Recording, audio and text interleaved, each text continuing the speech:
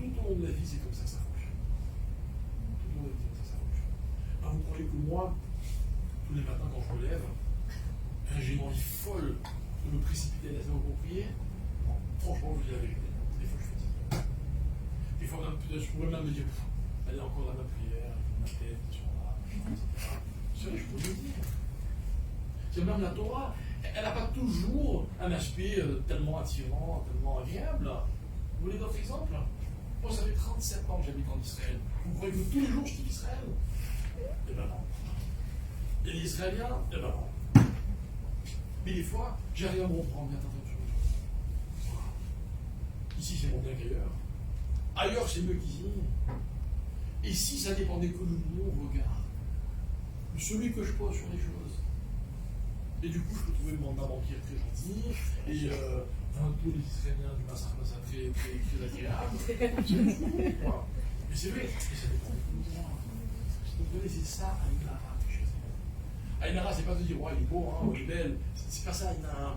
Aïnara, c'est que le monde, il diminue, c'est-à-dire il se rétracte. Vous voyez? Il diminue. Pourquoi il diminue? À cause du mauvais regard qu'on peut sur lui. C'est vrai, c'est vrai. Il y a des fois, il y a des jours où ça ne va pas. Je vous l'accorde. Mais il faut savoir surprendre. Il faut être conscient que la réia, ce n'est pas une faculté physique, c'est d'abord un corps, nefesh. Le nefesh, c'est le travail. Le nefesh, ça se grandit. Le nefesh, comme un muscle, on lui donne de la force tous les jours. Si j'attends de ne voir que du bien, je risque de ne jamais en voir. Si je cherche le bien dans tout ce que je regarde, j'ai toutes les chances de toujours en trouver. En tout cas, c'est ce que je vous souhaite très sincèrement, du fond du cœur, dans toute votre vie.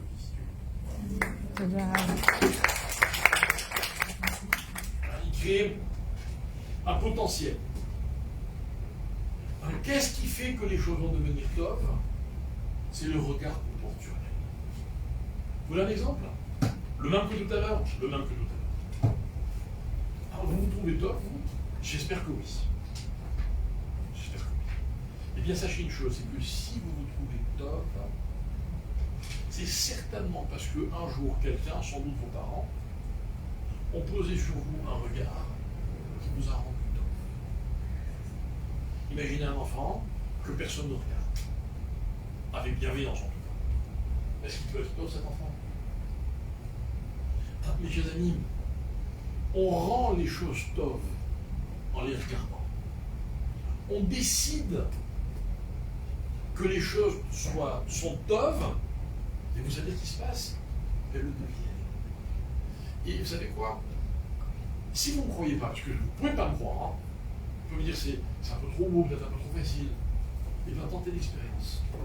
Tentez l'expérience. Regardez, je vous propose un petit jeu. Demain matin, vous vous réveillez. Vous décidez que demain, pendant une demi-journée, même pas une journée entière, hein, pendant une demi-journée, vous essayez de voir le top dans chaque chose.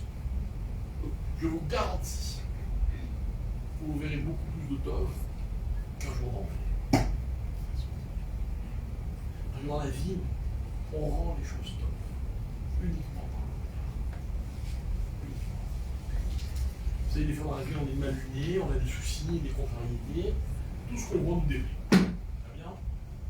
Et puis tout de suite après, qu'est-ce que me dit la Torah? Yomer Elokim, Yehi Or. Vayehi Or. Et Hachem dit que la lumière soit, et la lumière fut. Donc là, c'est intéressant. La première chose que Hachem crée, c'est quoi? C'est ce qui permet de voir. Ok, il faut continuer. Vayar Elokim et Or qui tov. Et Dieu a vu que la lumière était tov. Alors Dieu il voit que la lumière elle est tov. Puis après on passe au deuxième jour. Il n'y a pas marqué tov le deuxième jour parce que Dieu il crée quelque chose qui va être terminé que le troisième jour. Il va dire tov le troisième jour. Il va dire une deuxième fois tov le troisième jour. Puis après il va dire le quatrième, puis le cinquième. Et le sixième il va carrément dire Vayar Elokim et Kol Asher Asa Veiné Tov Meod. On est carrément dans Tov Meod. Bon c'est bien. Vous y croyez-vous que tout ce que Dieu a créé c'était Tov Meod? La vérité.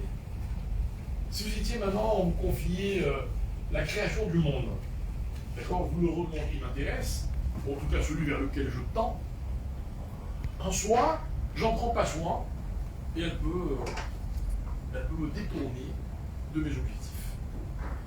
C'est-à-dire que je me demande de bien comprendre une chose. De la même manière qu'un corps physique, c'est-à-dire que un corps physique, c'est une faculté physique. Moi, je me rappelle, quand un jour j'étais chez un ophtalmo, il m'a dit, voilà, j'étais myope, il m'a dit, voilà, si tu veux stopper ta myopie, voilà les exercices que je peux te donner. C'est bon, on peut travailler sa myopie diminuée. L'œil, c'est comme un muscle. Le cœur, c'est comme un muscle. Un muscle, ça se travaille. C'est-à-dire que de la même manière qu'une faculté ou une capacité physique, ça se travaille, on peut la rendre plus performante. Le corps d'une nefesh, ça se travaille. Et on peut la rendre plus performante. Alors écoutez, je peux continuer pendant très longtemps. J'aimerais vous donner un seul exemple de ce que je suis en train de vous dire. Si on s'est bien compris, l'objectif, c'est que dans le mois qui correspond au kohar d'une nefesh qui s'appelle la vue, il y a, on va dire, une prédisposition qui nous aide à travailler d'Afka ce point-là. Parce qu'un jour ils ont détesté, ben un jour ils sont arrivés à l'aimer. Ne devrait pas, c'est comme ça que ça fonctionne. Hein. Vous savez quoi? Même avec vos enfants. Vos enfants, vous allez les adorer. Hein. Bon, moi je vous raconte comment ça se passe. Ils vont naître, vous allez les voir, ils vont un petit bout comme ça, un peu grasse, vous voyez. Pas très arrangés, hein. Ils ne sont pas très beaux les nourrissons en naissance. Excusez-moi, hein. Même les vôtres, ils ne sont pas très beaux. Vous allez les adorer tout de suite. Et au fur et à mesure que les semaines et les mois vont passer, vous allez être émerveillés par cet enfant qui fait des petites choses ridicules. Et pour vous, c'est incroyable. Et puis ça va continuer 6 mois, 1 an, 2 ans, 5 ans, 10 ans, 12 ans, 13. À 14 déjà, ça commence à changer. Rappelez-vous, les fils avec vos parents. 17, 18, 19, c'est que des engueulades. On est d'accord sur rien. Les enfants deviennent insupportables. Insupportables, hein. On dit toujours, hein, les deux personnes les plus énervantes du monde, ça disait, hein, c'est nos conjoints et nos enfants. Les gens qu'on aime le plus. C'est comme ça. C'est des phases. En fait, c'est des phases dans les capacités qu'on développe à porter sur les choses un regard. Ça s'appelle le kohar hanefesh. Rappelez-vous Vayar et Elohim, parce qu'il les a regardés, les choses sont devenues tov. Et si la Torah me dit que Dieu a créé l'homme à son image, c'est-à-dire qu'en fait, dans les facultés que possède Hachem, on a une ressemblance. Nous aussi, on les possède, ces facultés. Et notamment le regard. Et le regard, c'est tout le travail du mois de Tammuz. On est en plein. On est en plein dedans. Ok. Alors, donc on est dans cette dynamique de regard. Mais malheureusement, le mois de Tammuz, c'est un mois difficile. Des choses se sont passées qui sont terribles. Et en fait, écoutez bien, il y a un concept dans tous les textes, notamment dans la Gemara, mais pas seulement dans la Gemara. Vous savez, par exemple, quand on célèbre un mariage, le repas c'est très beau, c'est très joyeux, le repas c'est magnifique. Moi en général, dans les mariages dans lesquels j'assiste, c'est plutôt au repas que j'assiste. En tout cas, c'est là que je trouve que le mariage prend son sens. Pourquoi? Parce que tout le monde est beau, tout le monde est content en général, tout le monde est très confiant en l'avenir, quoi. On a un couple qui se marie, c'est quelque chose qui va changer le monde. Je suis très sérieux, je pèse mes mots. Parce que le destin d'un couple, c'est d'apporter quelque chose de nouveau dans le monde. Et puis il y a la shrina, il y a la présence d'Hachem, elle est palpable, si on ouvre bien les yeux. Et puis, le Zohar dit qu'au moment où un couple se marie, il y a les parents, les grands-parents, les arrière-grands-parents, il y a 6 générations en arrière qui viennent assister à la roupa.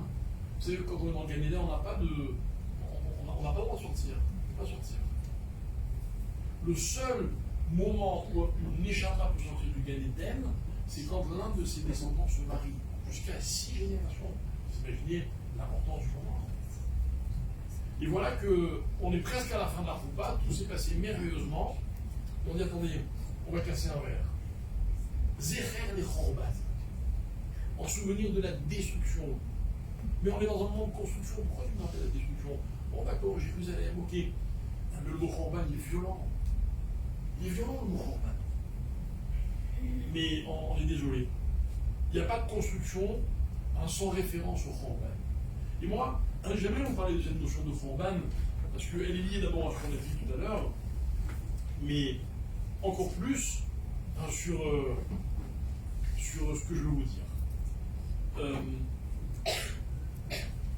Vous savez, parmi les événements qui se sont passés entre le 17 Tammuz et le 9 Av, il y en a un qui est très particulier. La Mishnah, elle parle, à propos du 9 Av, elle parle de Chorban Bétar. D'accord? La destruction de la ville de Bétar. Vous connaissez Bétar? Vous savez ce que c'est la destruction de Beth Amikdash? Tout le monde sait. On a parlé des Meraglim, vous avez l'air de connaître. Bétar, il s'est passé quoi à Bétar? Très peu de gens le savent. Alors, je vais vous raconter très brièvement l'histoire selon le Rambam Maïmonide. À Bétar, il y a eu une espèce de guerre civile qui a causé, d'après certains, 500 000 morts juifs. En fait, ce qui s'est passé, c'est qu'après la destruction de Jérusalem, la vie juive en Eretz Israël, malheureusement, énormément de juifs ont été exilés et ont quitté de force Israël, mais à peu près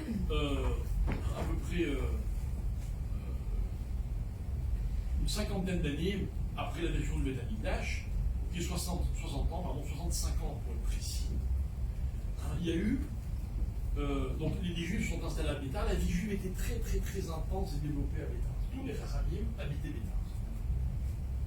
Qui était le Gadol Hador de cette époque, vous savez, qui était le grand de la génération? Il était Rabbi Akiva. Rabbi Akiva. Et voilà que, à ce moment-là, à cette période-là, a émergé un personnage qu'on va appeler, selon les versions, Bar Korba ou Bar Koziba. D'après beaucoup, c'est le même. Et un jour, cet homme, qui était extrêmement érudit, qui avait des qualités absolument incroyables, un jour, cet homme, il a dit: je suis le Mashiach. Et ça a fait une polémique. C'est le Mashiach, c'est pas le Mashiach. Et voilà que Rabbi Akiva, il a cité un certain nombre de versets, desquels il a déduit que Bar Korba, c'était oui le Mashiach. Ok? Donc les gens, si Rabbi Akiva disait le Mashiach, Rabbi Akiva ne se trompe pas en général. Mais voilà que la guerre civile éclate, notamment à cause de l'histoire de Bar Korba, et Bar Korba va être tué. Et donc, le point de la question, c'est le Mashiach ou c'est pas le Mashiach? Pourquoi non? Le Mashiach, il ne peut pas être mort et Mashiach, d'accord?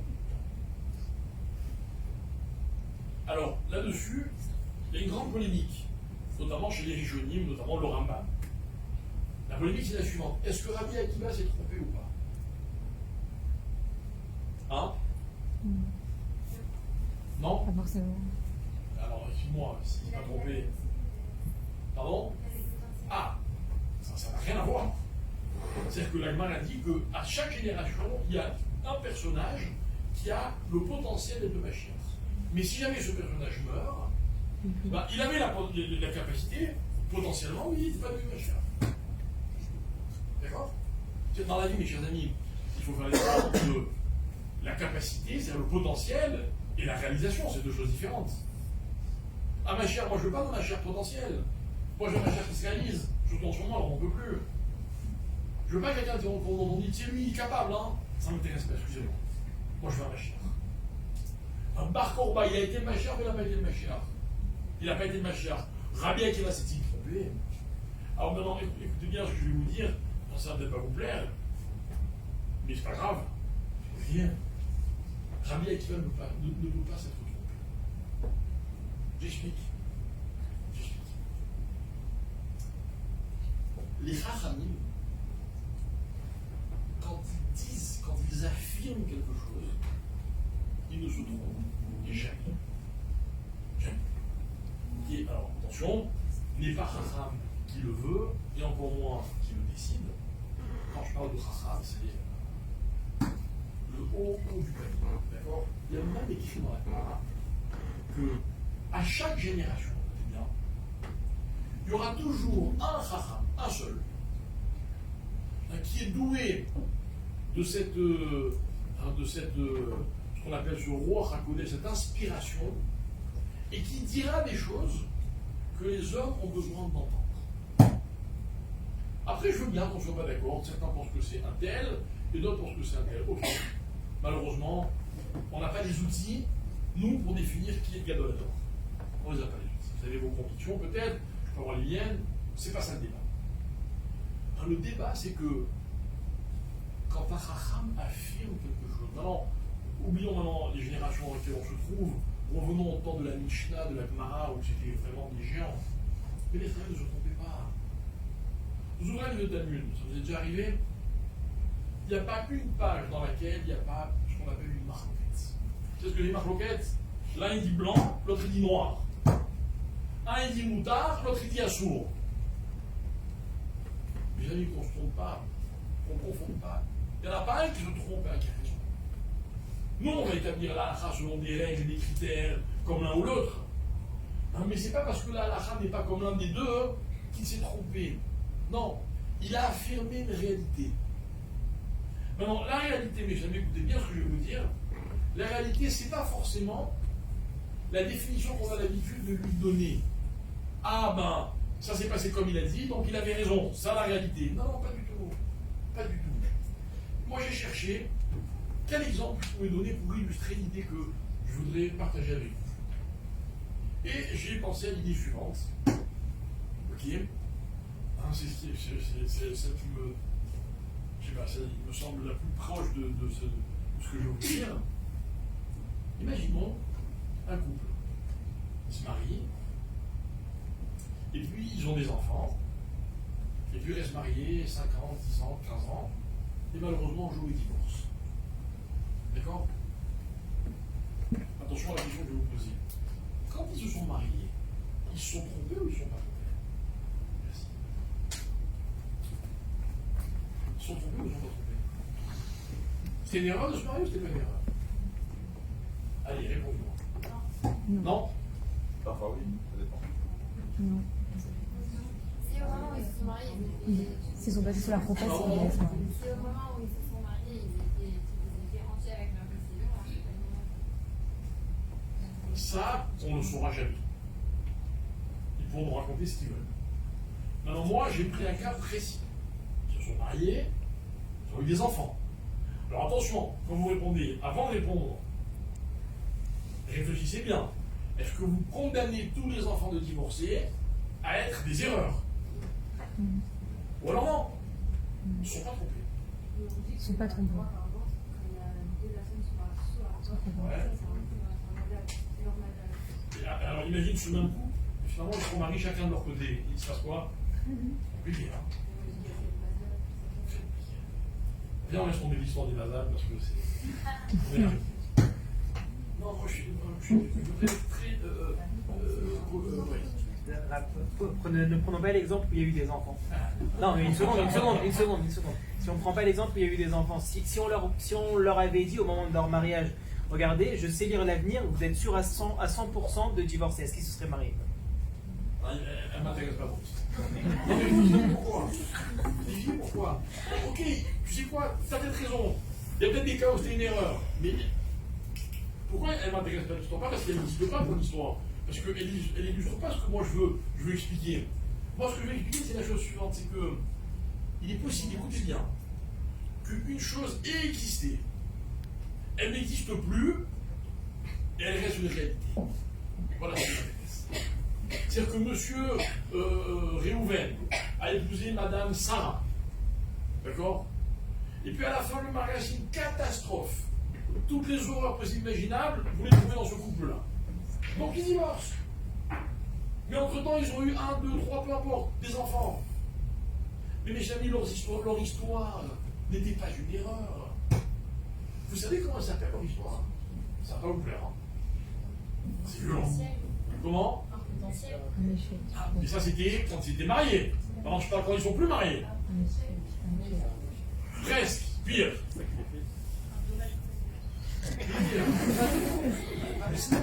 Le collatéral, il a bon dos. Ça s'appelle un Khorban. C'est ce que c'est un Khorban?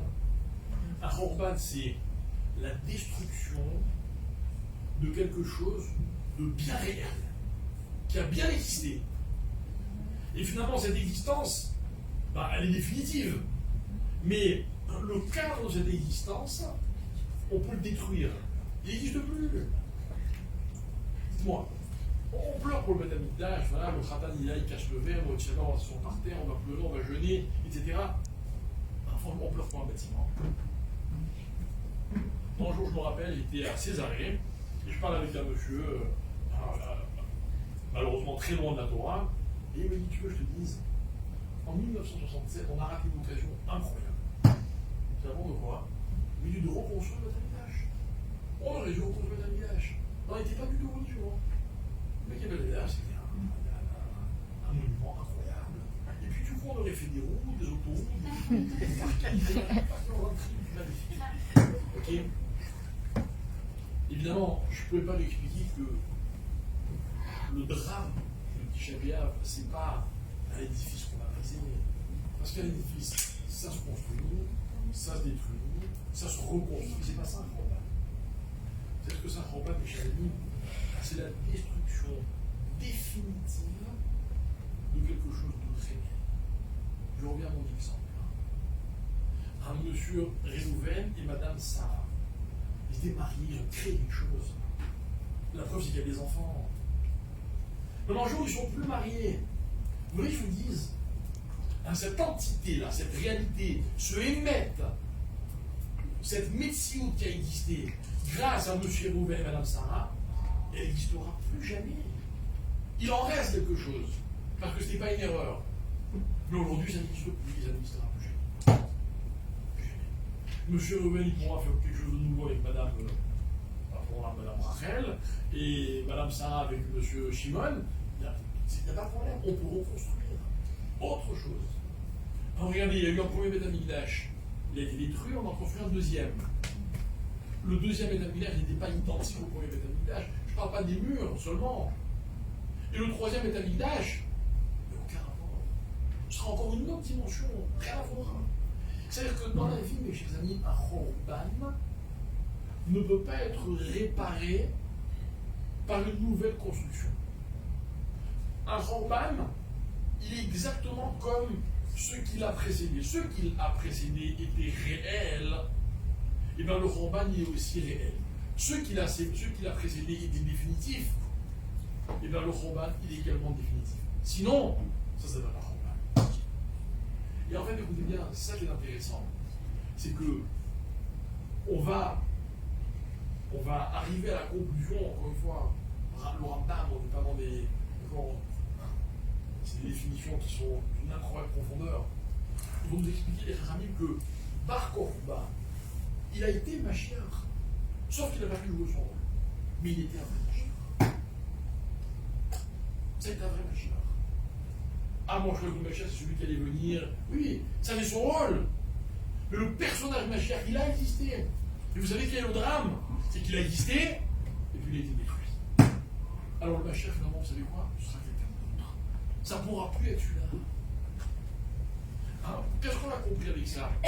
À part le cours d'histoire, c'est que dans la vie, mes chers amis, il y a des choses qui sont des réalités. Et même les réalités peuvent être détruites. Alors qu'est-ce qu'on fait quand une réalité est détruite? Alors on est obligé de créer autre chose. Heureusement qu'on a la capacité de créer autre chose. Mais ce qui a été créé, ce qui a été détruit ne pourra plus jamais être construit. Voilà, je vais faire le parallèle. Ok. Excusez-moi, Oui. ça peut être quoi des couples qui se marient? Ils se remarient pas entre eux, c'est comme s'ils n'avaient pas divorcé. On a dit que c'est très remiseur pour un homme de refaire cette marche. C'est très ennuyeux, ça, c'est sûr. Mais c'est-à-dire que. Non, mais ça veut dire, imaginons que ce couple a des enfants. Et on reconstruit ce qu'ils avaient construit. On connaît combien des couples qui sont remariés? Beaucoup. Beaucoup. Ouais, on est très peu. Oh. Très rare. Les parents, ils sont remariés. Ils ont divorcé.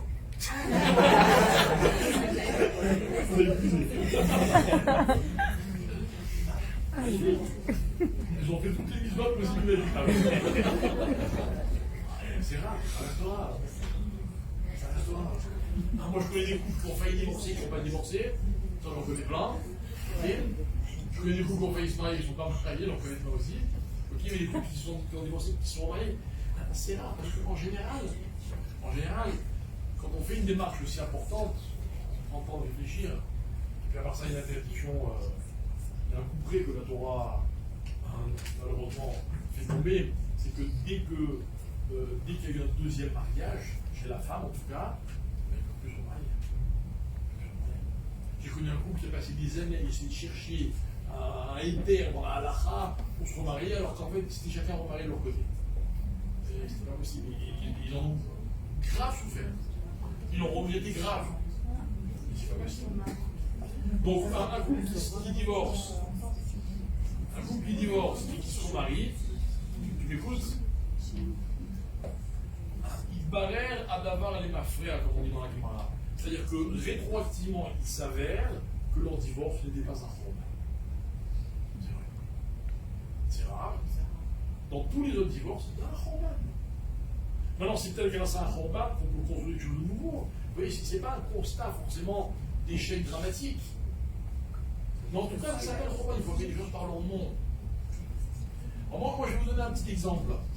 Qui peut nous permettre un peu de réfléchir, et puis avec ça, on abordera notre conclusion. Regardez. Ça aussi, j'en ai souvent parlé dans mes cours. Vous savez, il y a des couples qui se disputent très souvent. Très souvent, ça arrive aussi. On n'est pas d'accord. Vous avez des couples où on a tendance à se taire, à intérioriser. D'autres, au contraire, on extériorise. Toutes sortes de relations possibles. D'accord? Moi, personnellement, je le dis tout à l'heure, je suis marié depuis plus de 30 ans, au HM. Je ne peux pas compter, je peux pas compter le nombre de fois où je me suis disputé avec ma femme. D'accord? Impossible. C'est tellement on s'est disputé, pas grave, ne vous inquiétez pas, que je me rappelle même pas pourquoi j'ai dit. Ça, je me rappelle pas. La plupart du temps, d'ailleurs, on se dispute, on se réconcilie, on oublie. Surtout les hommes, d'accord? Il y a une dispute que je pourrais jamais oublier. Une seule. D'après vous, c'est laquelle? Voilà. C'était le droit d'être un peu grave, je vous assure. Comment?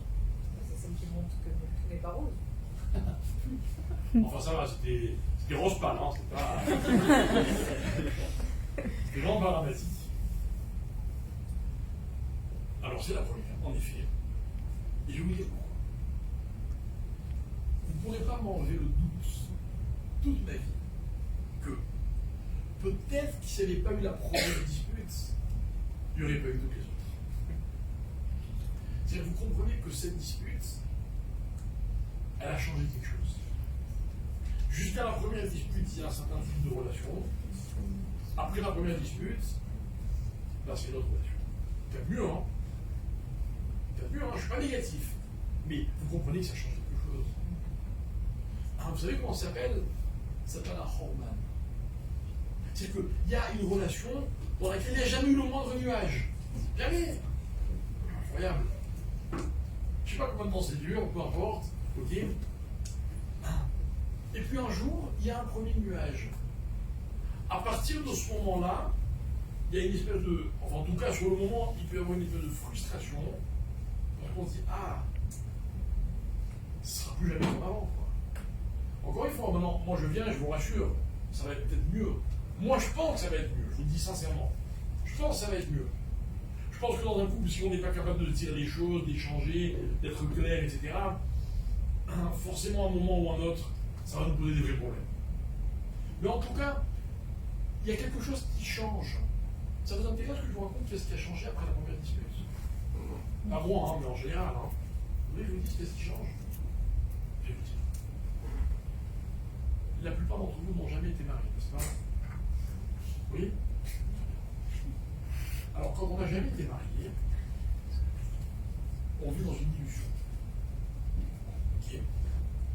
Après, ça mènera-t-elle réalité ou pas? Ça, je ne peux pas savoir. Mais on vit dans une illusion. On se dit, voilà, moi, je serai tel type de mari ou d'épouse. Je serai tel type de père ou tel type de mère. Ok?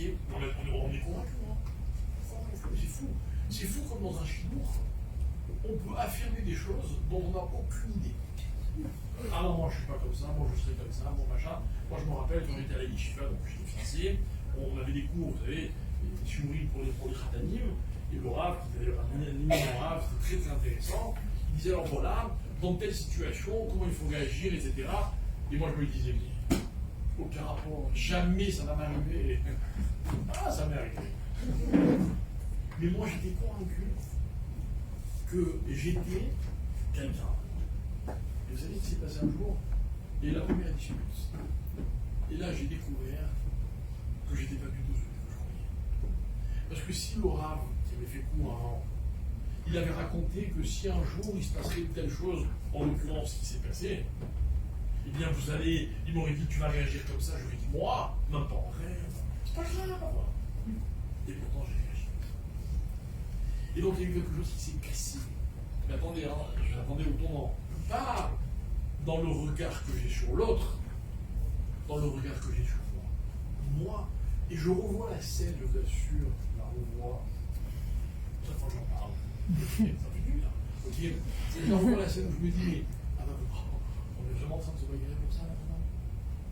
En même temps, vous comprenez, on est tous un peu orgueilleux, un peu, comment on dit, un peu speed, etc. Alors on réagit, tac, tac.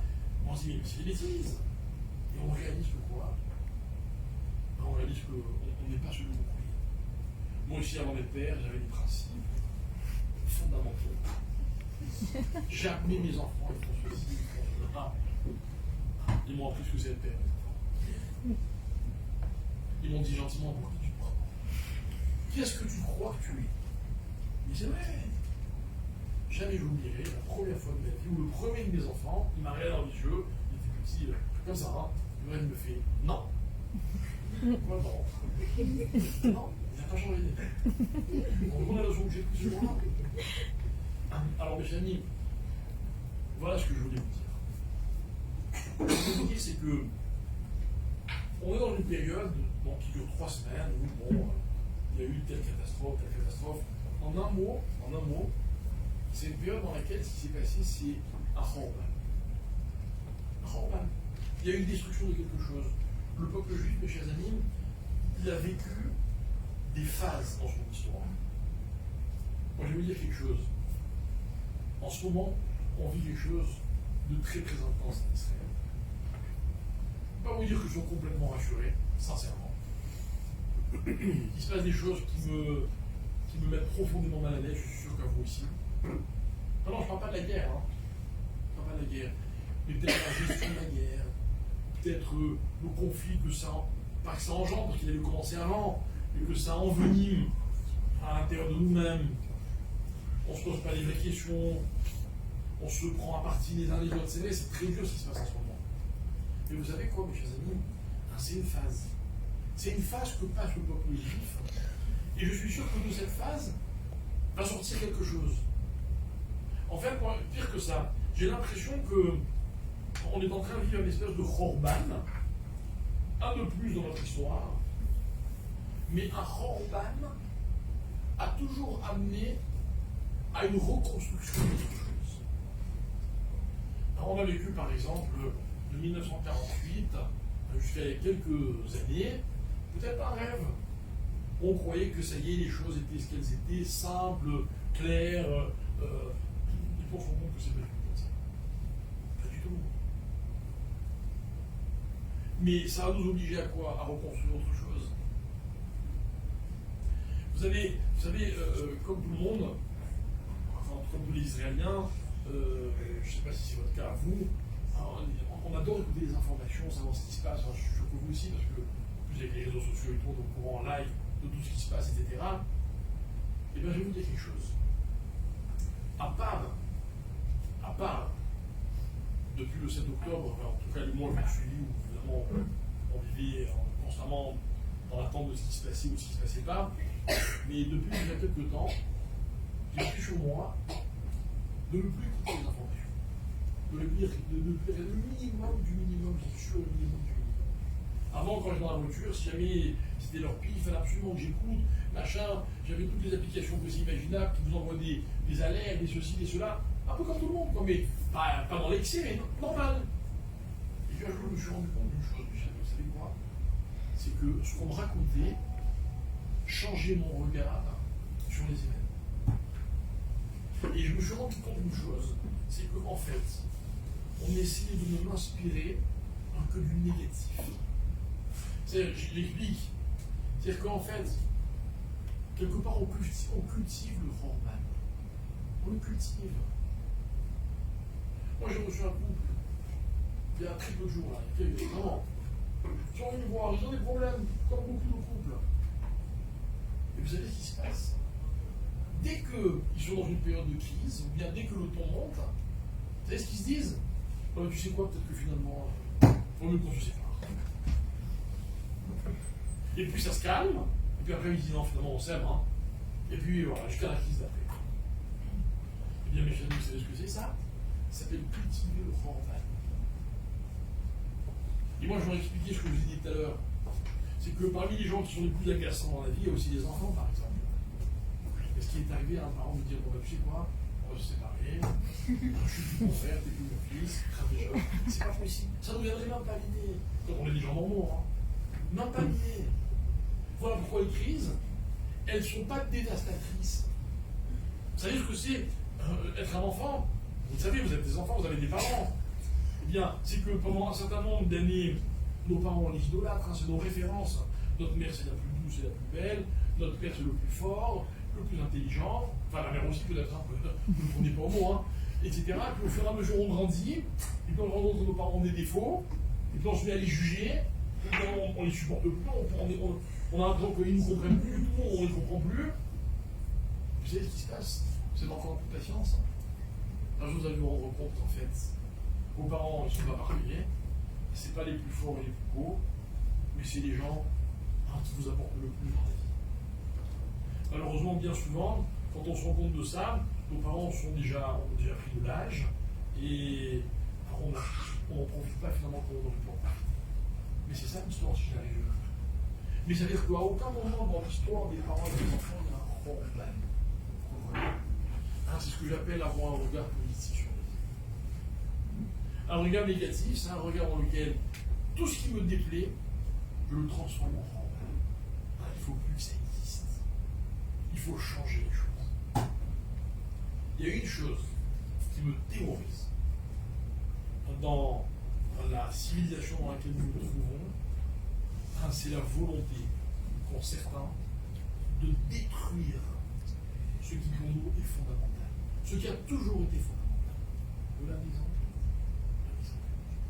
Ce qui a toujours été fondamental pour les sociétés, c'est ce que c'est qu'il y ait des hommes et des femmes. Dans le meilleur des cas aujourd'hui, on veut que les hommes et les femmes soient égaux, que l'homme devienne aussi un peu femme et que la femme devienne un peu homme. Quand je dis un peu, je suis gentil. Et si on va plus loin, parce que ça va pas s'arrêter, évidemment, ça ne peut pas s'arrêter, ça va aller de plus en plus loin. Alors après, on va se rendre compte qu'en fait, un homme, s'il veut, il peut devenir femme, et puis il peut même épouser un homme d'ailleurs. Et puis un jour, on va même dire aux enfants, tu sais que tu es même plus obligé de choisir, hein. Si tu veux, tu peux être ni l'un ni l'autre. Et j'ose pas imaginer les surprises qu'on nous réserve. Ça continue. Vous voyez, mes chers amis, ça s'appelle un problème. C'est-à-dire qu'on a un regard tellement négatif sur l'homme, sur la femme, sur le mariage, sur tout ce que vous voulez, tous nos fondamentaux, donc on veut tout détruire, on veut tout changer. On veut que ça disparaisse pour pouvoir passer à autre chose. C'est-à-dire, on détruit ce qui n'aurait jamais dû être détruit. Dans la situation actuelle, les parents ne sont plus du tout sur le piédestal. Les parents sont dépassés. Dépassés. Moi, je vais vous dire quelque chose.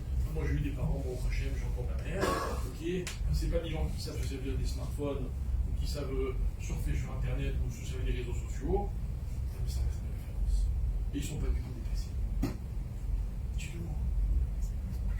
Parce que dans les fondamentaux de ma vie, je sais que ils ont une sagesse que je ne pourrais avoir qu'à leur âge, en espérant avoir cette sagesse. Dans la vie, mes chers amis, le regard, qui est à l'origine du Khorban, rappelez-vous, 99% des morts le sont à cause du mauvais œil, c'est-à-dire du regard négatif. Et la Torah nous avait appris que ce qui est tort dans la vie ne l'est que parce qu'un jour, on a posé un regard positif sur ces choses-là. La gare est le qui est tort. Alors si Dieu en est capable, alors moi aussi je suis capable. Peut-être pas avec la même puissance, mais à mon niveau à moi. À mon niveau à moi. Il ne tient qu'à moi que de décider que, à partir de maintenant, je vais faire un effort pour finalement voir les côtés positifs de tout ce qui m'entoure. Tout ce qui m'entoure. Moi, si je peux me permettre, bon, maintenant, je suis plus rabbin, je suis copain. D'accord? Vous voulez un petit conseil pour les chidophrimes? Je vous donne un petit conseil. Quand vous rencontrez quelqu'un, essayez de ne voir que le bien qui est chez lui. Le seul risque, c'est que vous tombiez amoureux ou amoureuse. D'accord? C'est la pire chose qui peut vous arriver. Mais en tout cas, vous aurez mis toutes les chances de votre côté. Alors que si, quand je rencontre quelqu'un, je ne pose pas sur lui un regard de Tov, il ne pourra jamais être Tov. Mais si je vous dis, chérie, c'est pas pour que vous vous mariez. Vous savez pourquoi je vous dis? C'est pour que vous restiez. On va appeler vulgairement des capacités physiques. D'accord? On a tous des capacités physiques plus ou moins développées.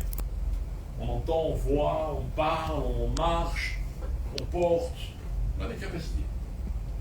Mais il y a autre chose que les Chachamim appellent dans la Kabbalah les Kochot HaNefesh. C'est quoi les Kochot HaNefesh? Ce sont les facultés ou les capacités qu'un homme possède, mais qui ne sont pas des capacités physiques, qui sont littéralement des capacités, des facultés de l'âme. Je vais expliquer ce que je veux faire. On va prendre un exemple. Marcher, se déplacer. Pour vous, c'est un corps, donc une faculté du corps ou de la neshama.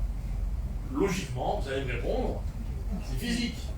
Je mets un pied devant l'autre et je me déplace. D'accord? Ça, c'est la capacité physique que possède l'individu. L'individu possède une autre capacité qui lui permettra de se déplacer, que nous allons rentrer dans la catégorie des Kochot HaNefesh. J'explique. Vous étiez où il y a une heure? Vous étiez ailleurs, n'est-ce pas? Vous n'étiez pas là. Ok?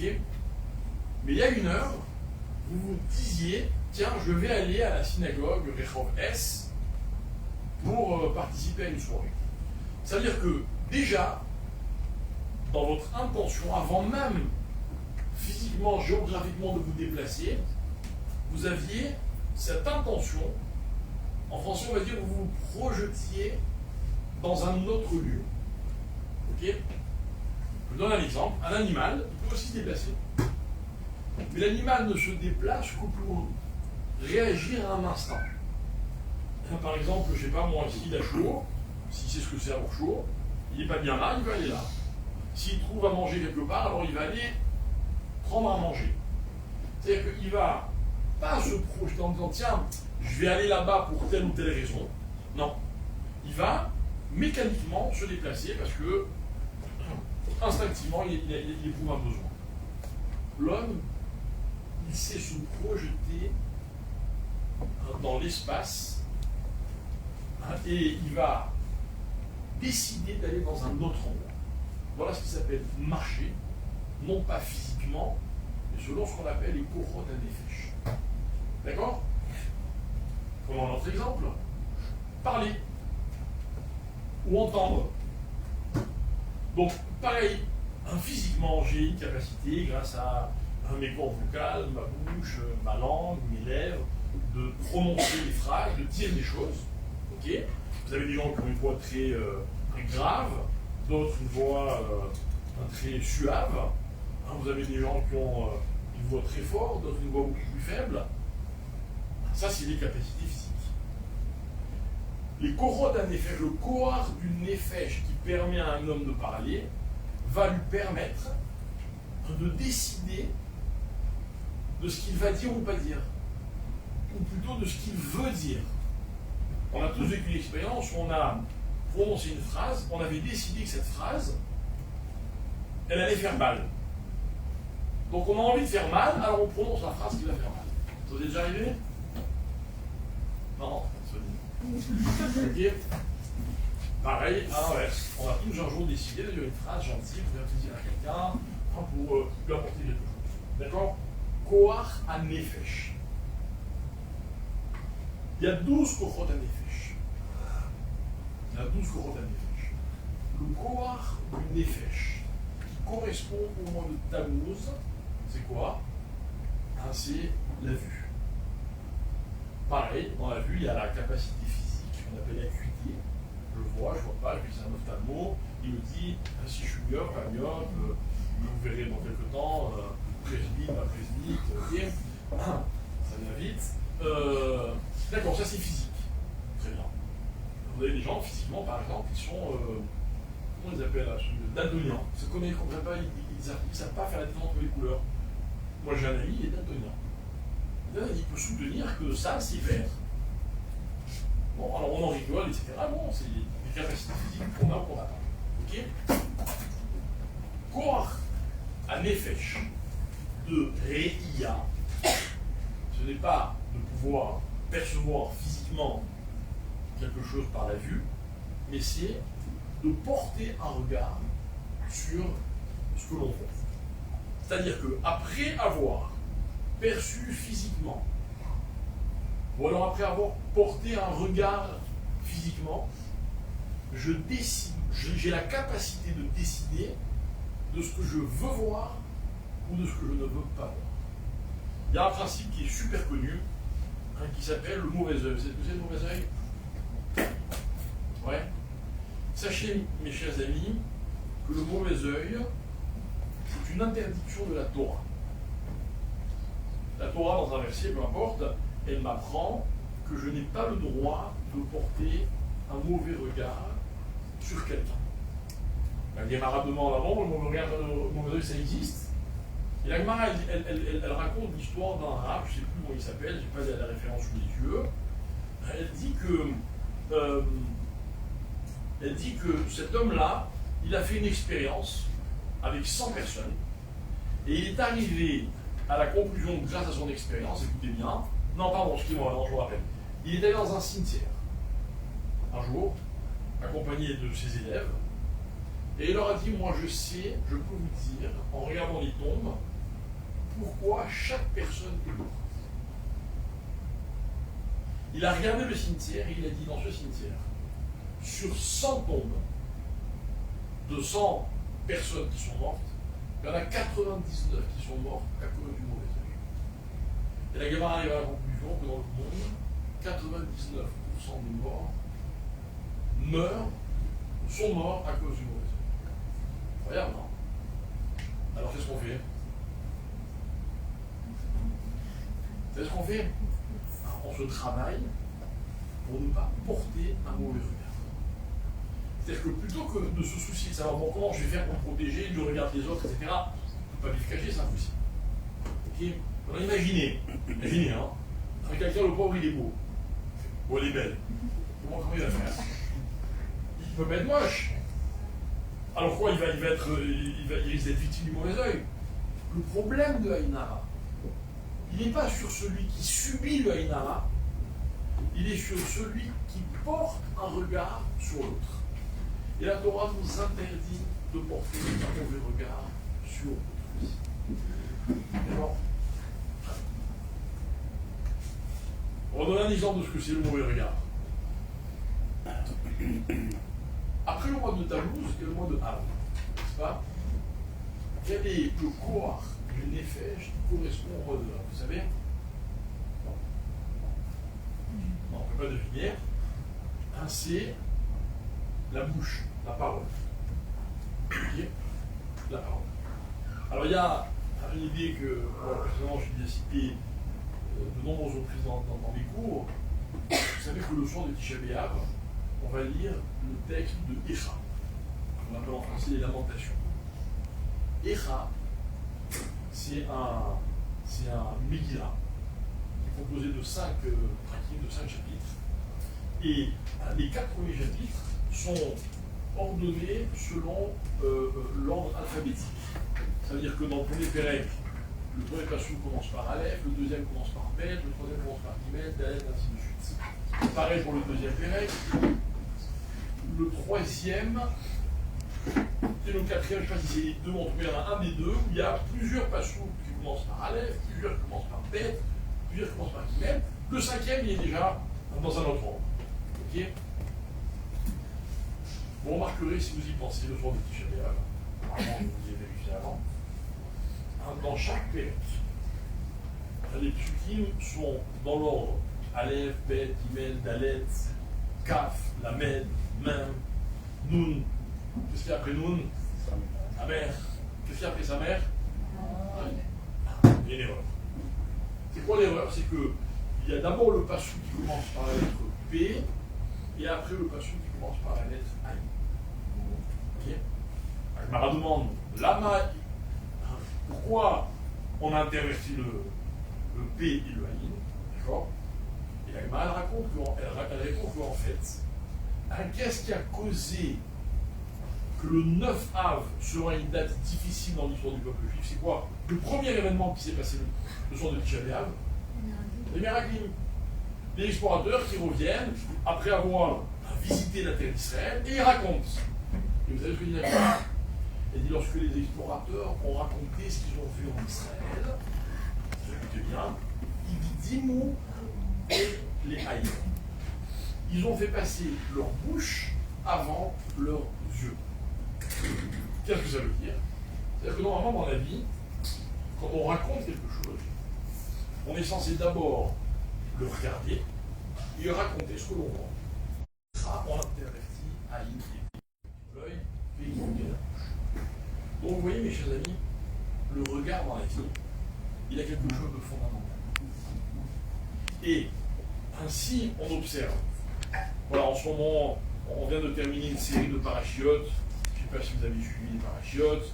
Il y a eu un Shelah, des Meraglim, Korach, une espèce de révolte qui tombe dans le peuple juif. Et puis après, il y a eu Choukat, où les Juifs se sont mis à pleurer parce qu'ils n'avaient pas d'eau. Puis après, il y a eu Balak qui a essayé de maudire Israël. Il y a toute une série de parachiotes avec Pinchas, là, l'histoire de la faute des filles de Midian, etc. Alors, c'est quoi le problème? Elle est où la défaillance? La défaillance, elle est dans le regard. C'est-à-dire qu'en fait, le problème vient la plupart du temps, l'homme est perfectible à cause de son regard. Voilà, je ne vous connais pas tous personnellement. J'ai l'intime conviction qu'il vous est déjà arrivé de commettre des erreurs. Pas grave, ça arrive à tout le monde, c'est normal. Mais il y a deux choses qui sont importantes dans l'erreur. Premièrement, c'est ce qu'elles nous apprennent, nos erreurs. Et deuxièmement, c'est de les comprendre. C'est-à-dire que quand on commet une erreur, c'est important de savoir pourquoi j'ai commis telle erreur. Moi, je me rappelle quand j'ai passé mon permis de conduire, je n'ai pas eu du premier coup. Je ne dirais pas où j'ai eu, bon, ok. Et bien, à chaque fois, pendant des semaines, et puis qui séparaient un examen de l'autre, je me faisais redéfiler la scène où j'ai commis une erreur en me disant, moi, si j'arrive à trouver l'erreur, bah, au moins je la recommettrai pas. Enfin, normalement. Okay. Alors laissez-moi vous dire une chose, c'est pas moi qui l'invente, c'est les Chachamim. Ils nous disent que l'énorme majorité des erreurs que nous commettons dans notre vie, grave ou pas grave, viennent de ce qu'on a du mal à porter sur les choses de la vie, le regard qu'on est censé porter. On a des a priori, on a envie ou pas envie. Par exemple, je vais vous donner un petit exemple. Vous avez déjà aimé quelqu'un dans votre vie? Moi, oui. Moi, grâce à Dieu, Au prochain, j'ai des enfants.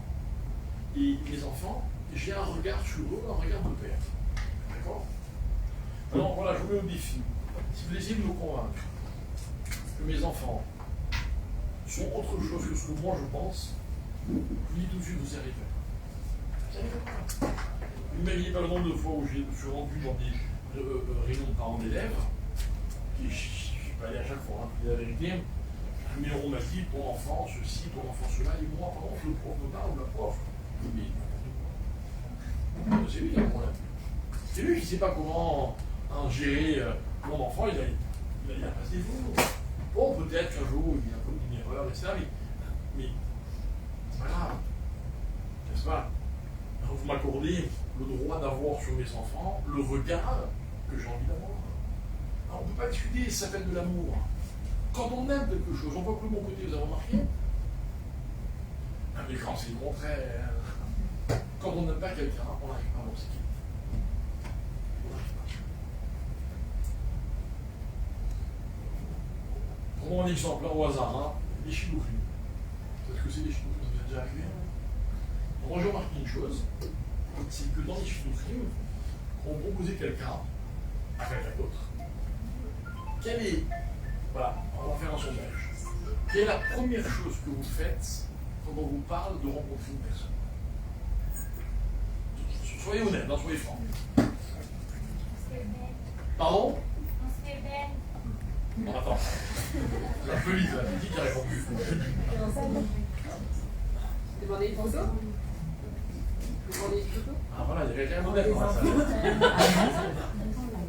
La première chose que les gens font, c'est d'aller voir la photo. D'accord? Bon, excusez-moi de vous raconter un peu ma vie, parce que j'ai déjà fait le temps passé, je ne sais pas, j'ai pu dérouler si c'est le cas, vous me répétez. Bon, vous savez, j'ai rencontré ma femme, ok? C'était mon premier shidduch. Premier shidduch, on s'est mariés. Ok? Bon, peut-être des gens exceptionnels, il est toujours d'ailleurs, elle est là. Ok? Mais je vais vous dire quelque chose. Quand on m'a proposé la jeune fille en question, on m'a dit, tiens, tu veux voir une photo? À l'époque, il n'y avait pas les réseaux sociaux, c'était encore pas trop méchant, les photos. Et j'ai dit non. J'ai dit non. Je suis allé rencontrer ma femme, je ne savais pas si elle était une blonde ou de telle. Elle avait telle physique ou telle fille, je n'avais aucune. Aucune. Jamais je n'oublierai de ma vie la première impression que j'ai eue d'elle quand on s'est croisés parce qu'on s'est rencontrés en Chine. Vous avez compris? Maintenant, quand je l'ai vu pour la première fois, je n'ai pas vu une photo, je n'ai pas vu une image. J'ai vu quelqu'un qui se déplaçait dans un certain contexte, etc. Donc il y a tout un ensemble de choses qui tout de suite se sont mises en place. Et je vais vous dire quelque chose que j'ai perçu ce soir-là, ce jour-là, ne s'est jamais démontré. Alors que, accordez-moi une chose, c'est que quand on se fie à une photo pour démarrer, en général, l'impression que l'on se fait à travers la photo, tôt ou tard va être dépassée. C'est le regard. C'est le regard. Hein, quand on rencontre quelqu'un à Chidour, il y a des sujets qu'il vaut mieux éviter. Pourquoi? Parce qu'il y a des sujets qui font qu'on ne peut plus être objectif vis-à-vis de la personne qu'on en face de soi. Voilà, moi, pas plus tard que